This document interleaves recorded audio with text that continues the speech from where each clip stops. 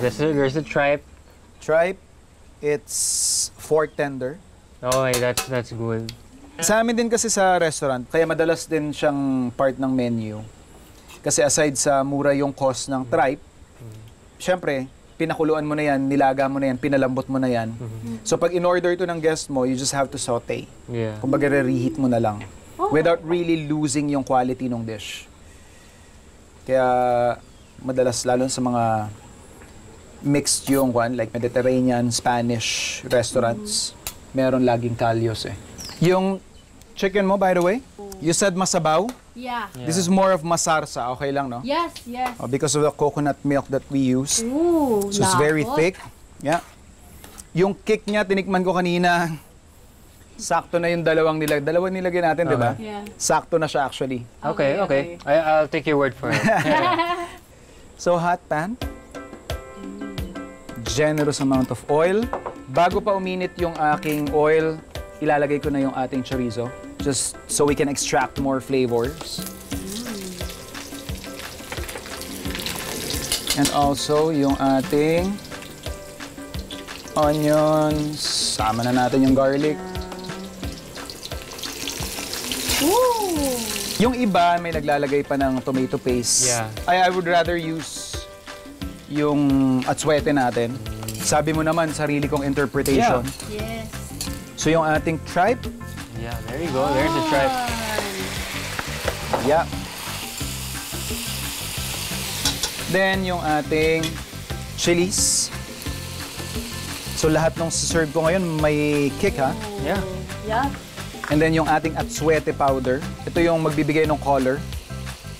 Kasi kilala natin kapag Yeah. kalyos, That, Orange. kaya siguro amber shade eh. Kaya siguro hinahaluan din ng ng tomato paste Yeah. so that it gets that color. Also siguro for flavor, Flavor, yeah. na may hint of sour umami doon sa dish.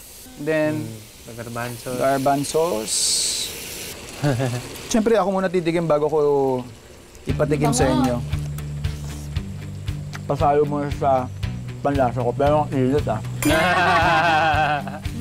I like that hum of heat. I think sakto lang yung anghang niya. Yeah. It could use more, pero total maanghang Yeah. na lahat para hindi magnam yung palate No, ninyo. wag naman yung sobra. Yeah, yeah. Yun, wag naman yung parang hot ones. Oo. Hindi na enjoyable yung experience na yun eh. Yeah, I think we're good. Yes! We're good. I can serve na. I'm excited. Ako din.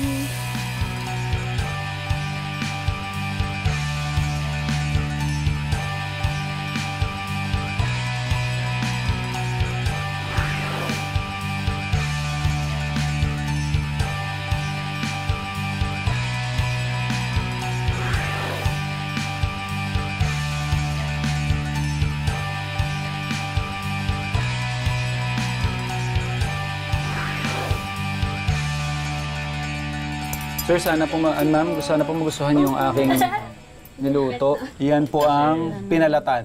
Total, ito din yung naunang dish. Okay. Pwede to appetizer, kalyos and kwan. Sequencing. Yeah. Sir, ano pong hatol nyo? Parang naman, yung elimination mo na, hindi talaga yung nalalaga to sa bone niya. Oo. At the same time, yung may flex siya, pero hindi siya parang Matigas. yun. Oo. Gil? Gil? Yeah, sorry. Are you with that? Napunta na si Gil sa kwan. Sa mundo niya ng kalyos. Sorry, parang nakakain.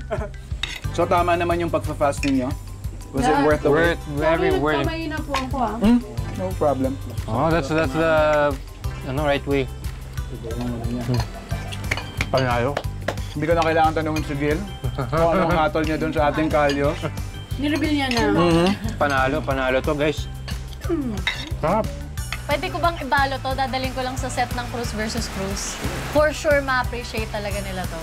Yung mga foodie din yung mga nasa set namin eh. Sila Miss Vina, sila Miss Gladys, si Kuya Neil, si Christopher, tsaka si Elijah. Naku, actually, halos lahat kami.